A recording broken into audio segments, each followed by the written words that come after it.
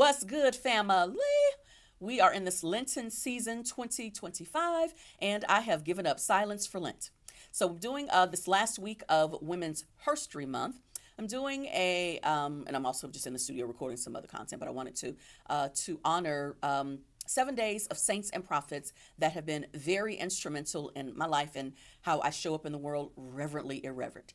Day one was Mrs. Gloria Peterson. Day two was Amy Grant. Day three was Nina Simone. Day four, Audre Lorde. And today, day five, I venerate Anne Lamott. Now, here's what's so fascinating about this all equally reverently irreverent writer and Christian.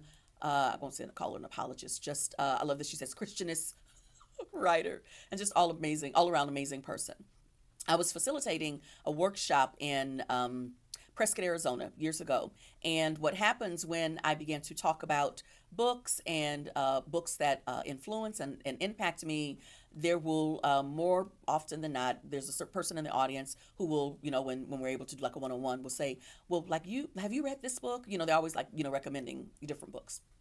And so this guy had come up to me. He's like, hey, have you read Anne Lamott, any Anne Lamott's book, her book, Traveling Mercies? And I was like, no, I was like, but I think that one of my other sister friends had recommended that. And so he was the second person. And I was like, I think that's the book that one of my sister friends had recommended. And so I leave that once I'm done facilitating that workshop, head back down into the valley. I'm at a coffee shop and I'm out on the patio. There's an old, like a 3-year-old copy of Oprah's magazine, and it's just kind of sitting there. So I was like, I wonder what was happening 3 years ago. So I started thumbing through the magazine. And then I come upon this article written by Anne Lamott. And so I closed the magazine and immediately went to the bookstore and grabbed a copy of Traveling Mercies. Now, what's interesting is that was that was during a season of my life where I was reading, I want to say one book a week, and then I would do like a one paragraph recap. One of my sister friends had pulled me into this exercise, and it was really profound. So one book a week, do the paragraph recap paragraph summary, and then go on to the next book. When I read Traveling Mercies, it took me a month to recount and to process all that I was feeling. And what I was feeling more than anything was an expansion of my construct of how God meets us where we are, but does not leave us where God finds us. An Anne Lamott quote. And it's also a quote that if anyone who's been following me, or if you've ever attended one of my Storytelling Institute workshops, you will hear me often say that.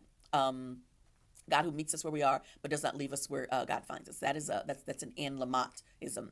I am grateful for her. I bless her. I venerate her. Once I finally had the words, they poured all over that page. And then I began to buy copies of that book for other members of my family and tribe who could hear and would probably prefer to hear from the more irreverent voices.